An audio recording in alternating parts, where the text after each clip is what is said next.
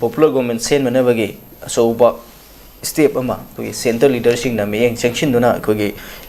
notice in cha so ri pa 𝐀𝐍𝐀 for lak tuna ko gi tongan ba kangpo pi chu jan pur gi mute sing aduga seso sing unadan wa kan na ko gi lengak sem na bi oi bi yai haina panari ngai chirak sida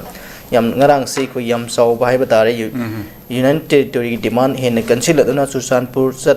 satpa rally da meitei singa makhata na leimina ba ngamnaroi haina 𝐍𝐀𝐿 𝐀𝐍𝐀 council na Amit Shah da memorandum pishin kre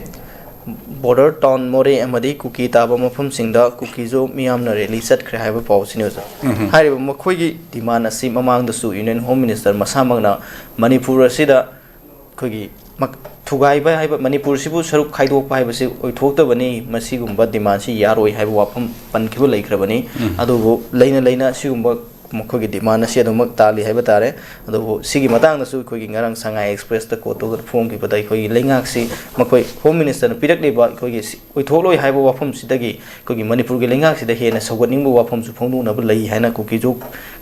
proof सिंगी माइकै दसु खरा अदुमक लई high वाफम सिंग बनखे बताइ अदु ngसिगी मखोगी rally सिगा खोगी home minister पिसिलेबा कोई memorandum से कमाई येंबेयो मंगसा ngarang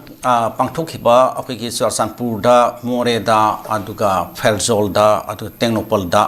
moi rally satkhra aduge rally du madu akhigi jo council high onation asina sinbani and high aduga ITL apna Churachandpur da silli haidana ada makhoi di hojik aina hakimang da haijari doni moi di tawdaba yadaba simai potse leiba haitare moi gi pressure tactics ni haitare makhoi si sengna harabati makhoi khangabani kuki jo MLA tara khaktuda sunatana ngasai ki leiba ordination makhoi gi mayam se loina ITLF oigera kotu oigera kuki NP oigera margi kari moi mayam punam mogi organization punong se 𝐾𝐍𝐶 hariba kuki jo council hariba se oigera moi mayam si loinam khangaba pone makhoina taliba separate administration maite ga pundaba manipur gi lam to khaina makhoina khara phakaga makhoi gi oiba len nama semgani semge haiba waham se masi oiraroi daba manglan ni haiba se makhoi ji adum khangjar pone bo masida da akhoi gi government of India na su mek seng na mamang da high kre se mayam pun makhoi loin tanar khangnar waham ne masi sumni bhab na sajin ba na ta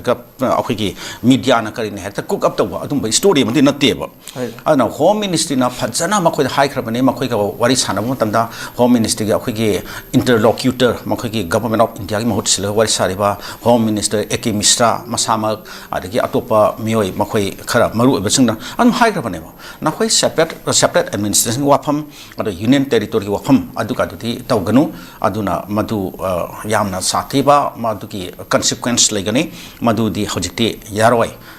le maduki poto yaroi manipur di haidna mek seng na thamur wafam ne ngarang su keno dab ki 𝐾𝐍𝐾𝐋 la mi harise imphal da la madu da manasu Churachandpur da musing kampopi da chatlaga makhoi CSO sing kari sing makhoi ngasai ki keno to makhoi ki mass procession organize tori pukam sing duga su unai ngai na hairibse adu da su amuk man hairami haiba ki pau akhoi pau se khara di adum phangi 𝐾𝐍𝐾 makhoi da adum hairami haira nakhoi sigi separate administration amasung union territory with legislation kind of with demand city nakhoi tawrganu government ama hojik popular government man nong semu do se masai nakhoi support to aduga ningthis na phajna atum hana ki mahusha ki film da lainar bi waham se phongdo mi haibagi akhoi pau khara source adum khara yaunari ba aduna simui port leidingai marak sida makhoina ngarang chatliba adagi placard ka bair ga made thaiba no solution kariba no peace no rest adagi we want separate administration adu da haiba justice delayed justice denied sima mayam se masidi tawdabasu yadabane makhoi gi moi gi haitare ne pressure tactics do adu ne ba hekta makhoi sat ekta handokpa yadabagi film da admain tawbani adu oiraroi da phangaroi da pot da makhoi na hanjina tawri si sengna habdi makhoi gi marali jadaba kaimta khangjadaba hingnadaba gi honaba da yam thina awaba mayok nariba ko gi jo gi isam chamba innocent people do makhoi gi life da makhoi hen khudung chadaba awaba se pi bani hai se ai admaina mangsa haininge aduna si hojik akhoi government of India gi kenoda planning da makhoi gi thinking da makhoi gi kenoda moi gi any policy da hojik akhoi manipur je thugai ra separate administration or say union territory with legislature for the Kuki Jo community have a share must is later ports amaneva aduna swaida hansen makwena aremanda matam mangan de sarpudi adugi sarpudi akwegi hanagi akwegi coexistence akwegi mutual karihani yana peaceful coexistence to madu lakna na karunda satsike kamai to sike makwena tanba ya dimana karino gaise adom do oina khalanning eba mangsa se makwena ngasi bokta makwegi compensation haigadra kari haigadra ke piu kholu haibi wapun de akwai itata de aduga makwegi idp sing makwai de so idp si adum leiri bani seng harbiti maitai ga kuki joga gi idp sing si makwena bukhara masing yamam gadra say akwena haina si 60,000 a little over 60,000 or around ni aski manung da akwegi maitai idp sing si kanada sarakna somewhere about 20,000 or some a little more adai da werang gadra ai hoi sab figure budi aina hoji haijab ngam jade aduga makhoi su about 40,000 muki sang da leiri ne ba adna makhoi su akwena hanjinba akwena idp sing mayum da hanjilalu hana akwena haidi bise akwai maitai idp sing khakta na tebo makhoi su atma hanjilan ma kaisu kai tebo aduni hojik somda akwegi imphal da keno da akwegi athauba akwegi kokomai convener na su matam khargi mamang ta hai gre hanna tongan platform sing hai gre madudi cookie joge idp sing do imphal da len bo sing do makhoi hanjar pa matam da makhoi da kari su danger oiningai maram lite madugidi makhoi safety dudi akoina adum akoi bigani na manabo make sure na yamna boli lokthokra ban pot ne ba aduna simui wafang ga si leire har ga makhoi su asum dagi lokthokpa mathau ta bane ba smai tong surasan puta more da dagi atei kangpopi da lerba maitai sing do maitai idp sing do makhoi su adum halakpa da akoi makhoi dum su safety pin ni khotni ga kai si makhoi adum hainar pi yai ba smai na hainar pu matam du ta ne ba akoi piece se halak na gi matsak ama adum oir ta ri se aduna sidai da akoi gi imphal banung da lerba kanoki makhoi cookie idp sing haitare cookie sing makhoi se akoi gi imphal gi yamna prime estate sing da prime kano sing da area sing da lerba kanoki makhoi gi yum sing kari sing ngasi bhokta akoi amta thugai dana loina mo tak tek na ler bani hoi khara mai sak ba khara yauki ba thong khara kai ba khotpa adugi wa aduna amo ujraga su moi yum sing kari sing kanam tang ngasi bhokta takhai na bulldozer na karina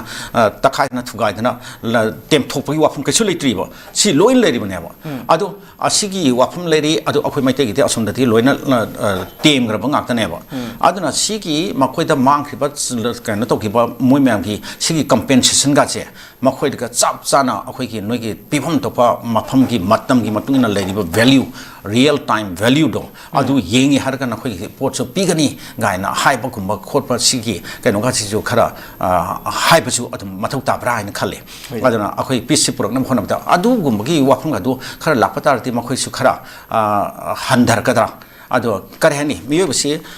yanada basi warisi sum sana basita mi si pam hanna ba ya hanna ba mawanda kamai to na aikoi convince to ke kamai na persuade to ge haido adu khara aikoi madugi kano sing si element sing si khara puthu oga moida piba mathau ta bane mangsa aduna adumai sum tor matam da makhoi su hojik makhoina